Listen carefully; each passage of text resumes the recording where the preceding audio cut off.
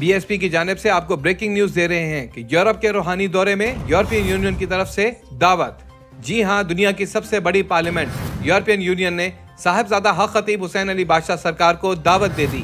दुनिया की सबसे बड़ी पार्लियामेंट में इंसानियत के लिए अपना पैगाम पेश करें। As a member of European Parliament, पीर साहब, हमारे लिए बहुत बड़ा ऑनर होगा।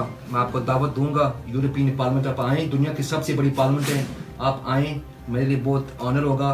और आपका जो ज़बरदस्त पॉजिटिव पैगाम है इस्लाम के हवाले से, जो काम कर रहे हैं वो लोग दुनिया को पता चले, तो प्लीज़ आप मेरी इन्विटेशन आप जरूर एक्सेप्ट आप प्लीज़। इंशाअल्लाह ताला मैं अल्लाह और अल्लाह के रसूल की पूरी ज़िंदगी जो अल्लाह और अल्लाह के रसूल की रज़ा में गुजार दी है, इंशाअल्लाह ताला मैं ज़रूर रहूँगा।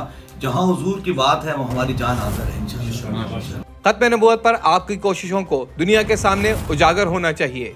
यूरोपियन यूनियन की जानिब से साहिबजादा हक खतीब हुसैन अली बादशाह सरकार को खराजे तहसीन, नामूस रिसालत के लिए हमारी जान भी हाजिर है। साहिबजादा हक खतीब हुसैन अली बादशाह सरकार का पैगाम।